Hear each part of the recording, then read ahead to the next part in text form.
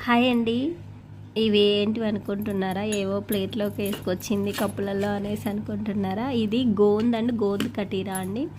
ఇది చాలా health benefits ఉంటాయి మనకు. ఈ గోంద్ కటీరా వల్ల మనకేంటంటే ఇవి చాలా హెల్ప్ అవుతుంది మనకి. ఇది వచ్చేసి గోంద్ కటీరా. ఇది ఆల్మండ్ గమ్ అంటారు. ఇది వచ్చేసి మనకి నల్ల తుమ్మ అంటే చెట్టు నుంచి వస్తుంది గమ్ అనేది. మనకు డ్రై అయిన తర్వాత ఇలా వస్తుందంట. నాకు కూడా అన్నీ తెలియదండి, నేను అక్కడక్కడ చూసి నేను మీకు చెప్తున్నది.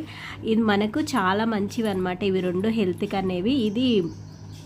ఇవేంటంటే ఇది కొంచెం వేడి గుణం అనేది ఇందులో కొంచెం ఎక్కువ ఉంటుంది. ఇందులో మనకి ఎంత కూలెంట్ చేస్తుంది అంటే బాడీని అంత కూల్ చేస్తుంది. మనకి ఒంట్లో చాలా వేడి ఉన్నా కూడా ఇది మనకు చాలా బాడీ అనేది చాలా కూల్ చేస్తుంది.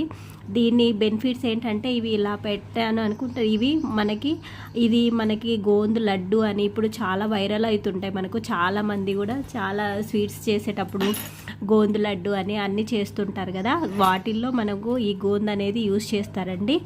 ఈ గోంద్ కటీరా అనేది మనకి మిల్క్ షేక్లలో మజ్జిగలో మనం ఎలా అయినా యూజ్ చేసుకోవచ్చు. ఇలానే కాదండి, ఇది నానబెట్టి అయితే మనం యూజ్ చేసుకోవాలి. నానబెట్టినప్పుడు మనకి ఇది జెల్లీ లాగా ఫామ్ అవుతుంది. ఇది వాటర్లో కరిగిపోతుంది మొత్తము.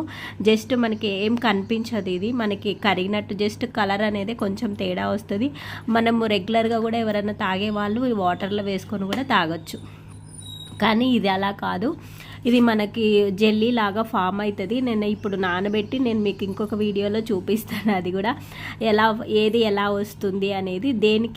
దీనికి డిఫరెన్స్ అనేది కొంచెం వేరియేషన్ ఉంటుందండి. ఇది కొంచెం మనకి లైట్ బ్రౌన్ కలర్లో ఉంటుంది, ఇంకా ఇది డార్క్ కూడా వస్తుంది. కానీ ఇట్లా లైట్ కలర్ ఉంటేనే మనకి గుడ్ క్వాలిటీ అన్నట్టు. మనకి ఇప్పుడు మార్కెట్లో చాలా దొరుకుతున్నాయి. ఇది వచ్చేసి మనకు షైనింగ్ తక్కువ ఉంటుంది, ఇలా వైట్ కలర్ ఉంటుంది. దీనికి కొంచెం కలర్ అనేది తేడా ఉంది చూడండి లైట్గా, అలా మనం కనుక్కోవాలి. ఇది వచ్చేసి మనకి షైనింగ్ ఉండేది గోంద్ అని గుర్తుపెట్టుకోండి. మనకి షైనింగ్ లేనిది గోంద్ కటీరా. ఇది వచ్చేసి మనకి జస్ట్ మిల్క్ షేక్లలో ఇది నానబెడితే మనకు జెల్లీ లాగా ఫామ్ అవుతుంది. ఇది వాటర్లో మనకి మెల్ట్ అయిపోతుంది, కనిపించదు, జస్ట్ లైట్గా ఒక థిక్నెస్ లాగా వచ్చేస్తుంది. నేను మీకు అది చూపిస్తాను ఎలా అనేది. ఈ వాటర్ వేసి నానబెడతాను కదా అప్పుడు. ఇది మినిమం వచ్చేసి మనకి ఇది తొందరగా కరిగిపోతుంది అండి, ఒక 2-3 అవర్స్లో కరిగిపోతుంది. కానీ ఇది మనకు 5 to 6 అవర్స్ కావాలి దీనికి. కాబట్టి మనము ఒకవేళ మార్నింగ్ రేపు తినాలనుకుంటే ఇవాళ నైటే మనం నానబెట్టేసుకోవాలి.